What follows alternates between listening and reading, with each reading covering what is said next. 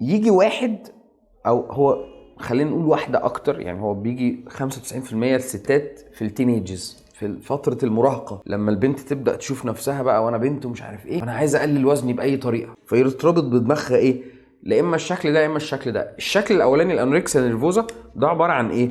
فقدان الشهيه العصبي.